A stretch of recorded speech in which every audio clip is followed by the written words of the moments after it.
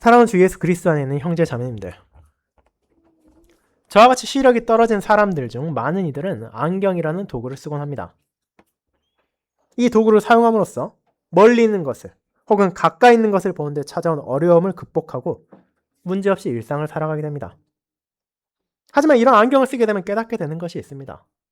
쓰기 전에 몰랐던 이 안경이 생각보다 훨씬 빠르게 오염될 수 있기도 하고 또 사소한 것이 묻기도 하여 우리의 신경을 분산시킬 때가 존재한다는 것입니다. 그런데 우리는 그런 안경의 렌즈보다 훨씬 더 빠르게 더러워지고 반드시 씻어내야만 하는 더러움이 존재한다는 것을 알아야 합니다. 그것은 바로 우리의 죄입니다. 우리 안에 존재하는 악입니다. 하나님의 은혜로 말미암아 우리는 매일의 삶을 살아갈 수 있게 되었지만 그럼에도 그분의 용서하심 없이는 나의 죄와 악의 문제를 내 스스로 결코 해결할 수 없다는 것을 우리는 주기도문의 이 5번째 간구에서 마주하게 되는 것입니다.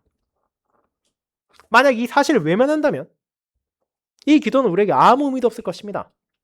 내가 용서받아야 할 필요가 없다고 생각한다면, 내게 특별한 죄가 없다고 느낀다면 대체 이 기도를 왜 드려야겠습니까? 그저 주님께서 이 기도를 드려야 한다고 가르치셨으니 그대로 따라서 주기도문을 중얼거릴 수 있을 뿐이겠지만 정작 그 안에 담겨있는 용서의 핵심은 잊어버린 채 형식적인 기도가 될 뿐입니다. 그러나 오늘 우리가 함께 고백하는 교리문답 주의 날 51의 126문답은 성도가 이 기도를 드릴 때 과연 무엇을 바라봐야 하는지를 분명하게 알려줍니다. 예수님께서는 우리를 낙심하게 하거나 좌절하게 하도록 이 기도를 가르쳐 주신 것이 아닙니다. 그분께서는 이를 통해 우리가 마주하는 비참한 현실을 바라보게 하시지만 그런 우리에게 주어진 용서의 은혜가 얼마나 놀라운 것인지를 담고 있는 복음을 알려주시기 때문입니다. 분명 저와 여러분이 이 땅에 살아가는 동안 죄는 끊임없이 우리에게 달라붙을 것입니다. 악이 끊임없이 우리를 더럽힐 것입니다. 그리고 그런 우리를 사탄은 정죄하고 비난할 것입니다. 그러나 주님께서는 그런 우리에게 주어진 용서의 확신을 전해주십니다. 그렇게 이 5번째 간구 역시 앞선 다른 간구들과 마찬가지로 먼저 우리로 하여금 자신의 부족함을 인정하게 하고 그런 우리로 하여금 하나님의 은혜에서 감사하도록 인도합니다. 저는 그와 같은 주기도문의 5번째 간구를 죄 용서를 구하는 기도라는 제목으로 설교하고자 합니다. 그리고 이 고백이 담고 있는 우리 모두의 현실과 소망, 확신을 3가지 대지를 통해 함께 고백하며 우리가 주님의 은혜를 함께 바라보기를 소망합니다. 예를 첫 번째, 우리에게 달라붙어 있는 죄를 인정하는 기도. 두 번째, 그리스도의 피와 공로를 의지하는 기도. 세 번째, 아버지의 은혜를 구하는 기도가 바로 그것입니다. 먼저 우리에게 달라붙어 있는 죄를 인정하는 기도를 먼저 알아보겠습니다. 형제자매 여러분, 지난주에 우리는 주기도문의 4번째 간구, 오늘 우리에게 일용할 양식을 주옵시고가 어떤 의미를 가지고 있는지를 살펴보았습니다. 그리고 그를 통해 알게 된 것이 무엇입니까?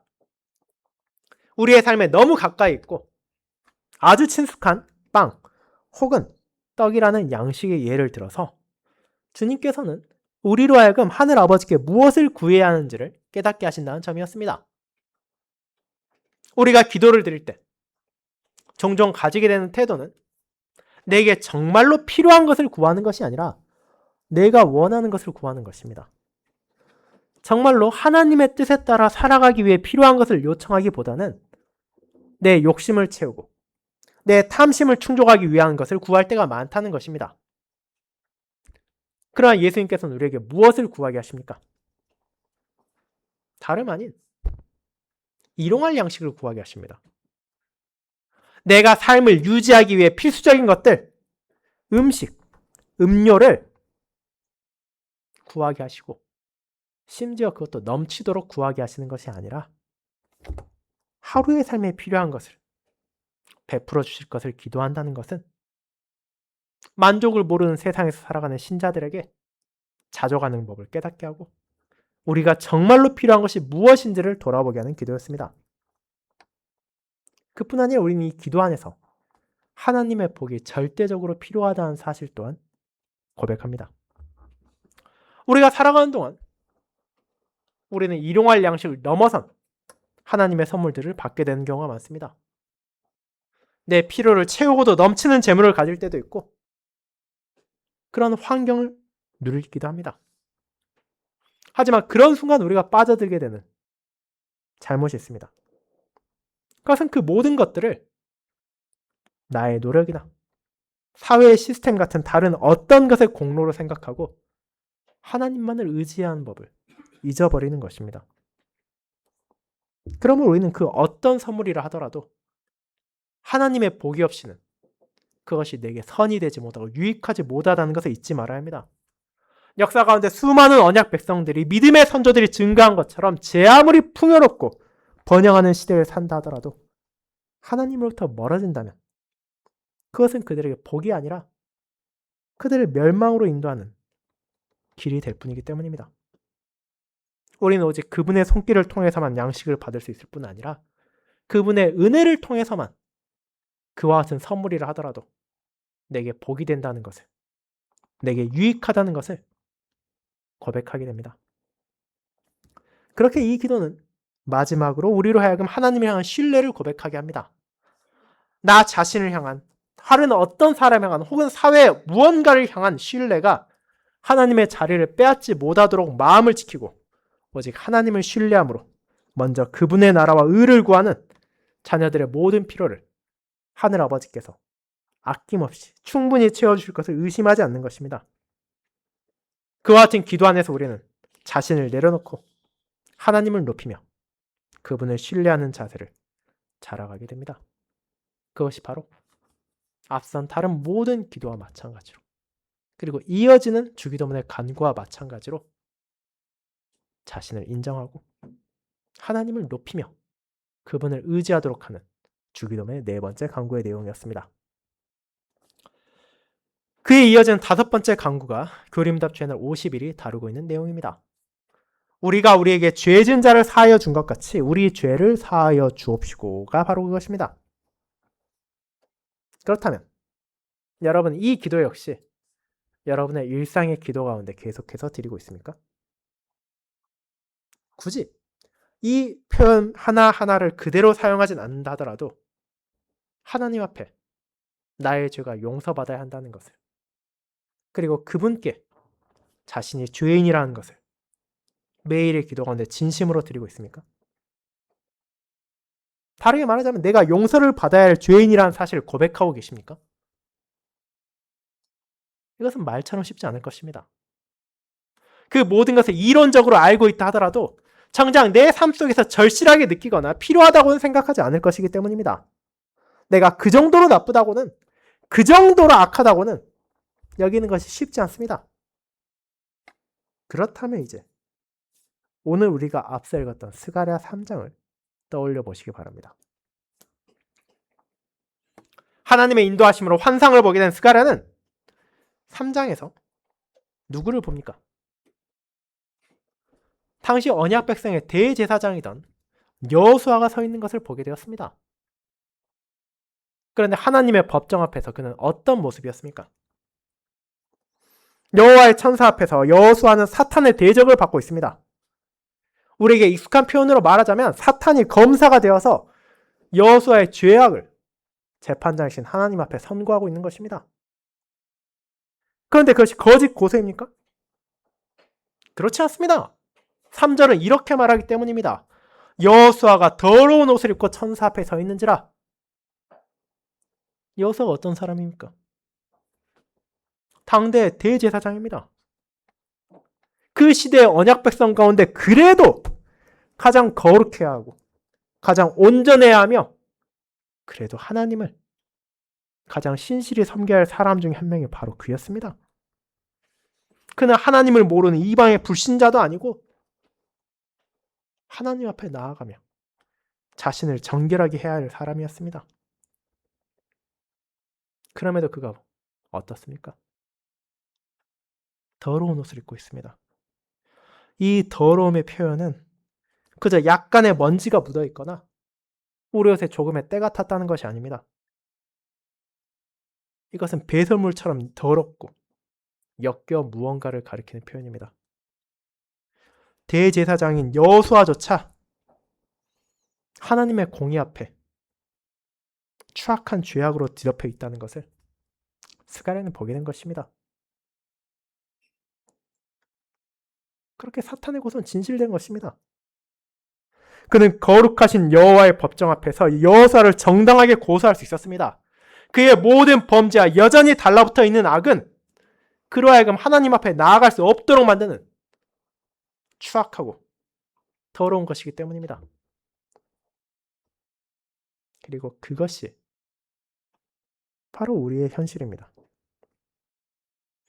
예루살렘을 택하신 하나님께서 그들을 불에서 꺼낸 그슬린 나무처럼 건져내셨던 것처럼 하나님께서는 저와 여러분을 사망의 노예에서 죄의 종노릇에서 건져주셨습니다. 그렇게 하나님의 은혜로 값없이 구원의 은혜를 받은 우리이지만 정작 우리의 현실은 어떻습니까? 정말로 내 안에 어떤 죄도 남아있지 않습니까? 하나님 앞에 용서를 구할 필요 없이 당당하게 나아갈 수 있습니까? 다른 표현으로 말하자면 앞선 교리 문답들에서 고백한 것처럼 하나님께서 내게 원하시는 대로 마음을 다하여 뜻을 다하여 힘을 다하여 하나님을 사랑하고 내 몸과 같이 내 이웃을 사랑하고 있습니까? 그렇지 않습니다. 나의 현실은 여전히 죄와 비참을 떨쳐내지 못하고 있습니다. 우리 안에는 여전히 타락과 부패, 찌꺼기가 남아있습니다. 살아가는 모든 순간 동안 이와 같은 죄의 잔재들은 우리에게 달라붙어 떨어질 기미를 보이지 않습니다. 그 모든 것들이 우리의 눈으로 보았을 때, 이 세상의 관점으로 보았을 때는 아무렇지도 않아 보일 수 있지만 공의로우신 하나님 앞에는 그것은 추악하고 역겨운 것입니다. 누구라도 배설물이 눈앞에 들이밀어지고 코앞에 놓여진다면 인상을 찡그리고 피하는 것처럼 하나님 앞에 그토록 역겨운 존재가, 더러운 존재가 바로 우리라는 것을 스가랴는 말하고 있습니다. 그렇게 칭의에 대해 다루는 주의 날 23회 60문답이 고백한 것처럼 우리의 양심은 끊임없이 저와 여러분을 고소합니다. 다음 주일에 살펴볼 127문답에서 전하는 것처럼 마귀는 우리를 끊임없이 공격합니다. 그 공격 가운데는 너는 하나님의 자녀라 칭할 자격이 없다고, 너 같은 죄인이 어떻게 하나님께 기도할 수 있겠느냐고 대적하고 무너뜨리는 것이 포함됩니다. 그리고 신자라더라도 그런 공격 앞에 흔들릴 수 있습니다. 그 모든 비난이 사실이기에 더욱 그러합니다. 그런 상황에서 어떤 이들은 나는 원래 그런 사람이라는 말을 하며 그 죄의 심각성을 무시하려 하기도 하고, 어떤 사람들은 나는 그 정도까지는 아니라고 반발하며 자신의 행위와 공로를 어떻게든 증거하려 하기도 합니다. 그러나 우리는 주님께서 가르치신 이 기도 안에서 그런 잘못된 방식이 아니라 합당한 방식으로 그런 공격을 대하는 자세가 무엇인지를 깨닫게 됩니다. 그것은 내 옷이 더럽지 않다고 주장하는 것이 아닙니다. 내 손으로 이 더러움을 깨끗하게 없애보겠다고 주장하는 것도 아닙니다. 오히려 하나님 앞에서 내가 더럽다는 것을, 나의 죄악이 여전히 달라붙어 있다는 것을 인정하고 겸손히 스스로를 낮추는 것입니다. 어떤 방식으로든 내 능력과 의지로는 공의롭고 거룩하신 하나님 앞에 나아갈 수 없다는 것을 고백하는 것입니다. 그렇게 자기의 죄와 비참을 바르게 인정할 때 우리는 비로소 이 기도 안에 담겨있는 복음의 은혜를 마주할 수 있게 되기 때문입니다. 사랑하는 형제자매 여러분, 그렇게 우리는 교리문답의 마지막으로 향하는 주의 날 50일에서 또다시 우리의 죄와 비참을 마주하게 됩니다. 이것을 마주하는 것이 어떻게 기쁘고 어떻게 달갑겠습니까? 저도 여러분도 내가 죄인이라는 것을, 내게 여전히 죄악이 달라붙어 있다는 것을 반기지 않을 것입니다. 그러나 그것이 우리의 현실이고 그 사실을 바르게 인정하는 자만이 나의 추악함을 벗기시고 내게 깨끗한 옷을 입혀주시는 복음을 마주할 수 있습니다. 그렇게 이 강구를 통해 우리의 주님께서는 그 진리를 우리가 잊지 않도록 하십니다. 그렇게 우리가 자신의 옷이 더럽다는 것을, 자신의 현실이 어떠한지를 정직하게 인정함으로써 우리는 그런 나를 향한 하나님의 은혜가 얼마나 놀라운지 깨닫게 됩니다. 사탄의 고소를 멈추게 하시고 내 양심의 비난을 그치게 하시는 하나님의 선포가 들리게 됩니다.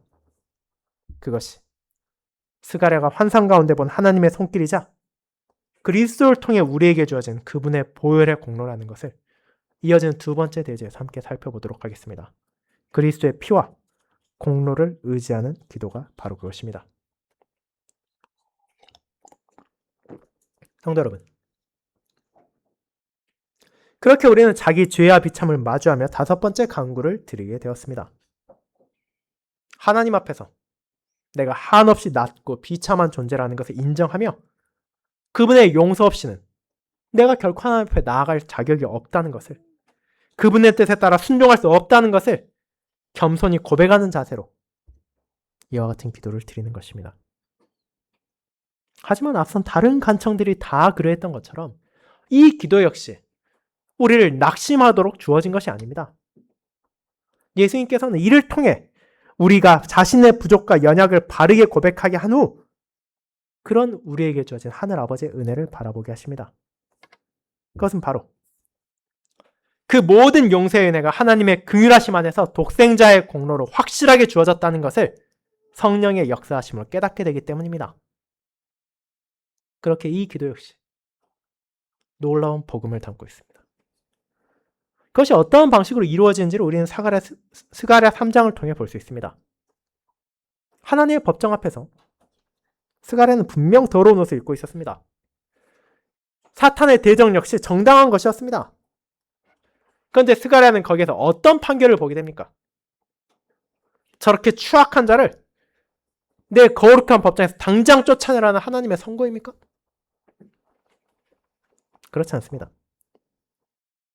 하나님께서는 그렇게 하실 모든 자격을 갖추고 계시지만 도리어 사탄을 책망하십니다.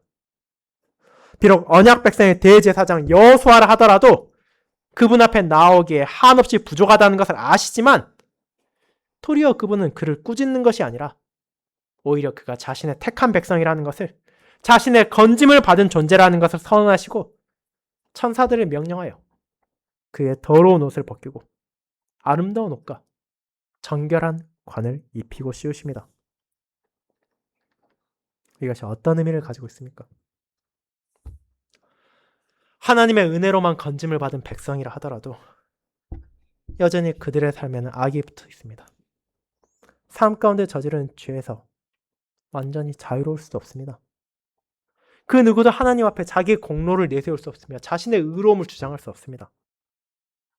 그리고 그분과의 화평 역시 자신의 무언가를 통해 이루는 것이 아닙니다. 그럼에도 신자가 여전히 하나님께 나아갈 수 있는 이유, 그분께 감히 기도를 드릴 수 있는 근거가 어디에 있습니까? 그것이 오직 하나님의 자비와 긍휼에 기반하고 있습니다. 여호수아를 정죄하지 않으시고 그의 죄악을 제거하시며 정결한 옷을 입히신 그분께서 그 놀라운 칭의의 복음을, 용서의 복음을 자신의 독생자를 통해 우리에게 온전하게 나타내셨기 때문입니다. 그 사실을 교림담은 어떻게 표현하고 있습니까? 그리스도의 피의 공로로 불쌍한 죄인인 우리에게 책임지우지 마소서라는 고백으로 나타내고 있습니다. 나의 범죄가 있습니다. 내가 태어날 때부터 가지고 있던 원죄가 있고 매일의 삶 가운데 쉬지 않고 쌓아가는 자범죄가 있습니다. 그 모든 죄악은 우리를 더럽게 만들고 하나님의 공의로운 심판을 받아 마땅하게 만듭니다. 하지만 우리는 어떤 확신을 가질 수 있습니까?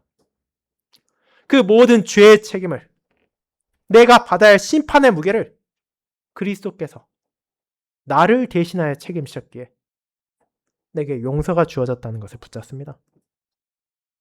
어떤 죄도 짓지 않으시고 어떤 악도 자신을 더럽히게 하지 않으신 의로우신 분께서 이 땅에서의 모든 삶 가운데 고난받으시고 특별히 십자가에서 하늘 아버지의 저주를 받으심으로 나의 과거와 현재와 미래의 모든 죄에 대한 대가를 치르셨음을 고백합니다. 그것이 이 기도를 드리는 신자가 가진 용서의 확신입니다.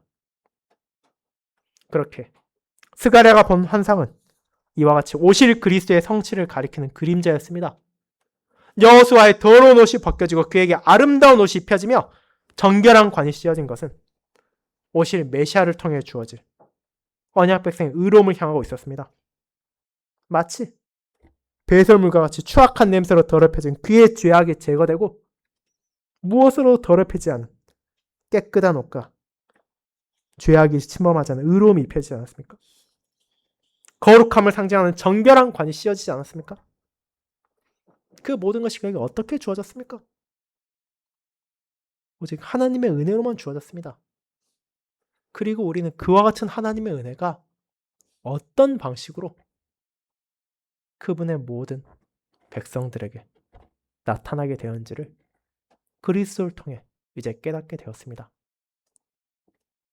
우리의 영혼에, 우리의 삶에 묻어있고 달라붙어있는 죄와 오물의 대가를 그리스도께서 치르셨습니다.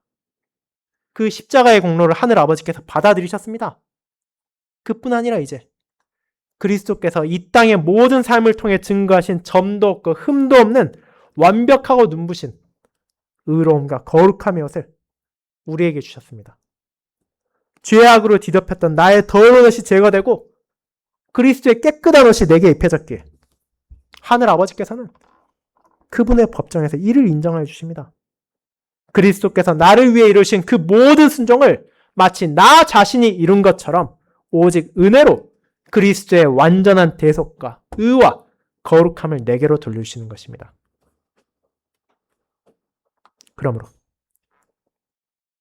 우리가 매일의 삶 가운데 이 기도를 드린다는 것, 죄의 용서를 구하는 기도를 드린다는 것은 내 죄와 비참이 얼마나 심각한지만을 바라보는 시간이 아닙니다.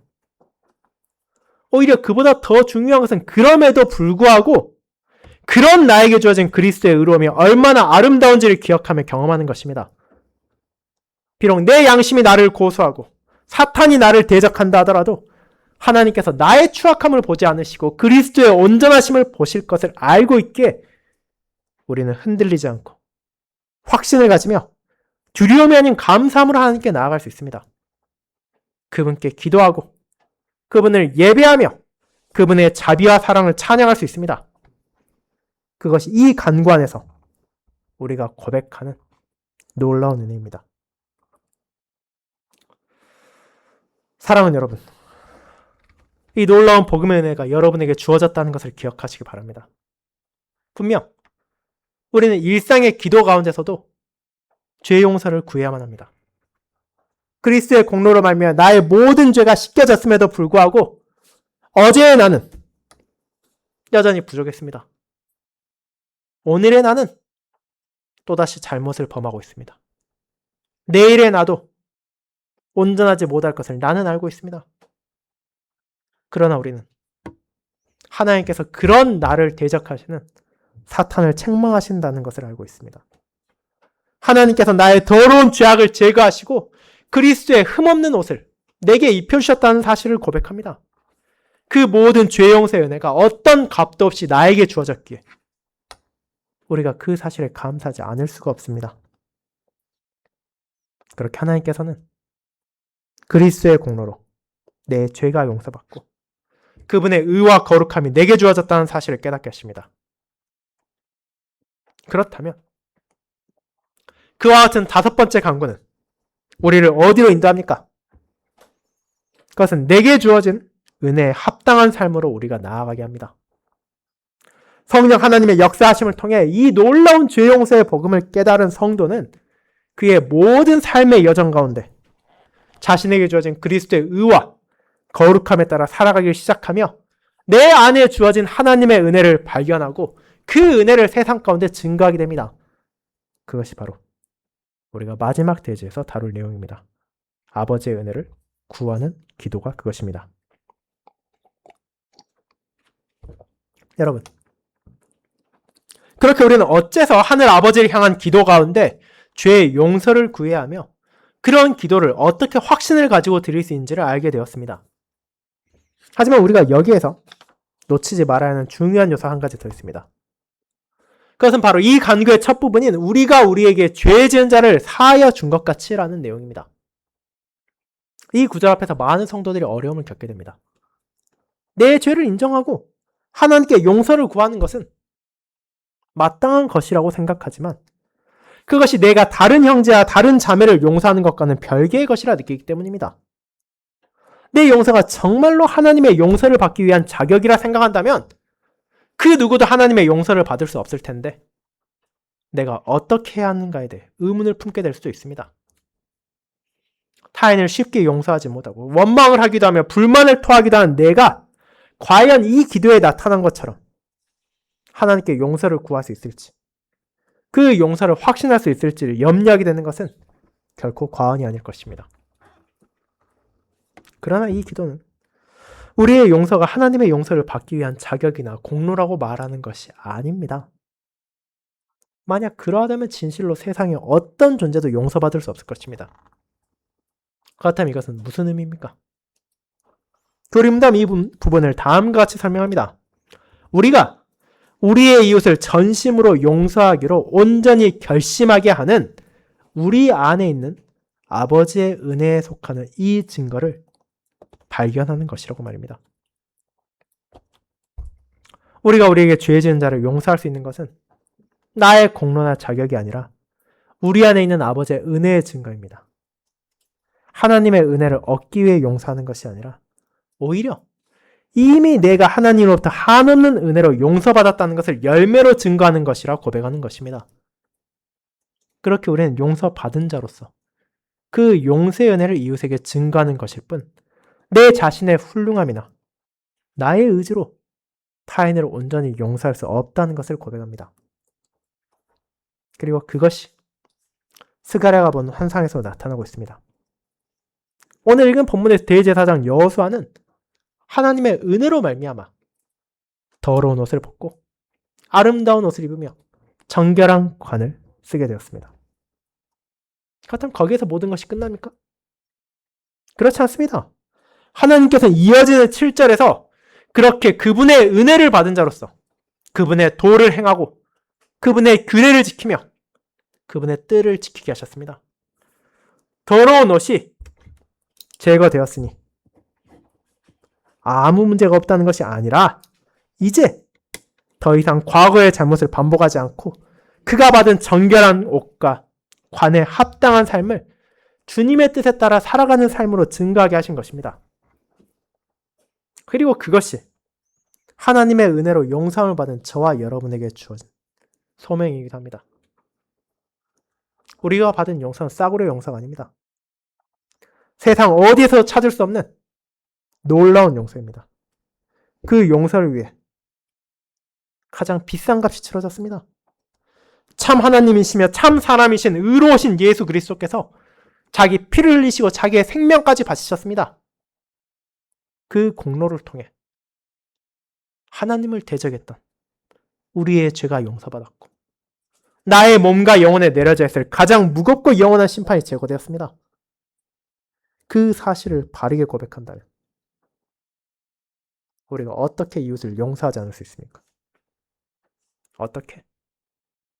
그런 죄만은 용서하지 못하겠다고, 화해하지 못하겠다고 고집할 수 있겠습니까?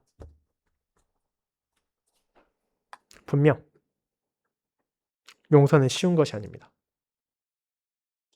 나를 모욕하고 물질적으로, 정신적으로 내게 손해를 입힌 사람을 용서한다는 것은 사실 불가능에 가까울 수도 있습니다.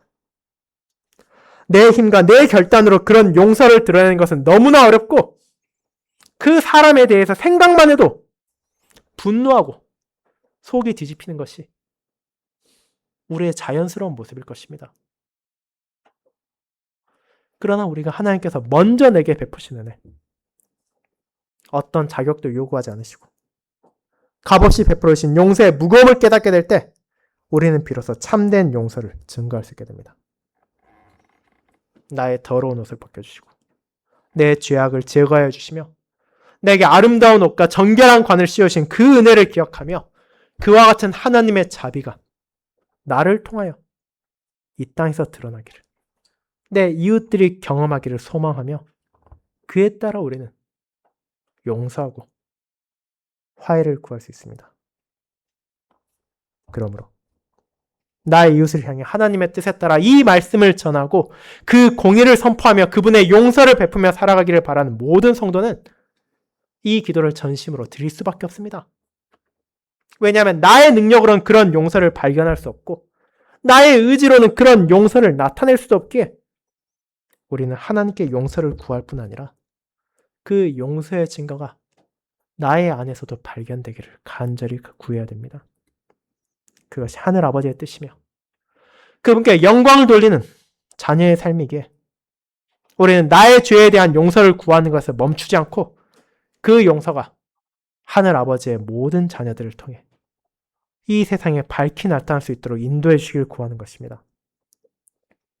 결국 이 기도를 통해 우리는 내게 필요한 용서를 구하지만 그 용서까지도 하늘 아버지의 영광으로 향하게 된다는 것을 깨닫게 됩니다. 그것이 주님께서 우리에게 가르치신 5번째 간구가 담고 있는 위로이자 복음입니다. 사랑하는 여러분, 그렇게 우리는 주기도문의 5번째 간구가 어떤 의미인지를 살펴보았습니다. 왜 우리가 그 기도를 드려야 되는지를 알아보았습니다. 이 기도는 우리의 죄와 비참을 마주하게 함으로 하나님 앞에 나를 다시금 겸손히 만드는 기도입니다. 이 기도는 그리스도의 피의 공로를 붙들게 하는 확신의 기도이기도 합니다. 그리고 이 기도는 우리로 하여금 적극적으로 하나님께서 베푸신 용서의 은혜를 우리 삶 가운데 증가하기를 바라는 기도이기도 합니다. 주님께서 내게 거룩한 의의 옷을 입혀주셨습니다. 점도 없고 흠도 없는 그분의 온전한 순종을 내게 걸쳐주셨습니다. 그렇다면 이제 그 옷에 걸맞는 삶을 우리는 살아가야 합니다. 주의 도를 행하고 주의 규례를 지키며 주님께서 내게 주신 거룩한 소명을 수행할 수 있도록 그분의 은혜를 구해야 합니다. 이 기도를 우리는 매일의 삶 가운데 드리며 그 열매를 매일의 삶 가운데 드러내기를 갈망해야 합니다.